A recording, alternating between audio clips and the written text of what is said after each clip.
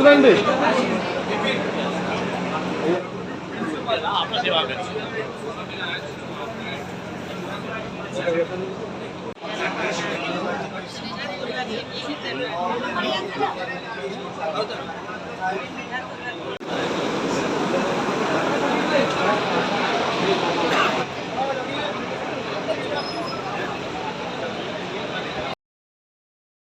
અરવિંદ કેજરીવાલજીથી ડરીને નરેન્દ્ર મોદીની ભાજપ સરકારે ખોટા કેસમાં નાખ્યા છે, જેના વિરોધમાં આખા દેશમાં આમ આદમી પાર્ટી એટલા કાર્યકર્તાઓએ એક દેશનો અનશનનો કાર્યક્રમ રાખ્યો છે, જેના ભાગરૂપે આજે ગુજરાતમાં પણ માનનીય અરવિંદ કેજરીવાલજી અમારા નેતા છે, બીમાર હોવા છતાં જેલમાં છે.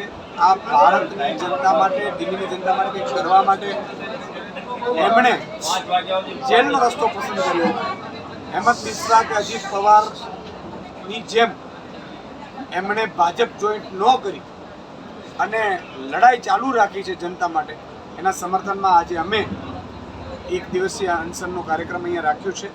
આપ જોતા હશો અહીંયા કેટલાક આવી શક્યા છે, નથી આવી શક્યા. જે લોકો અમારા પ્રચારમાં છે એ ત્યાં અનશન કર્યું છે, ભરૂચ લોકસભા, ભાવનગર લોકસભામાં. બાકી કેટલાક જિલ્લાઓમાં છે તેઓએ પણ ત્યાં આયોજન કર્યું છે.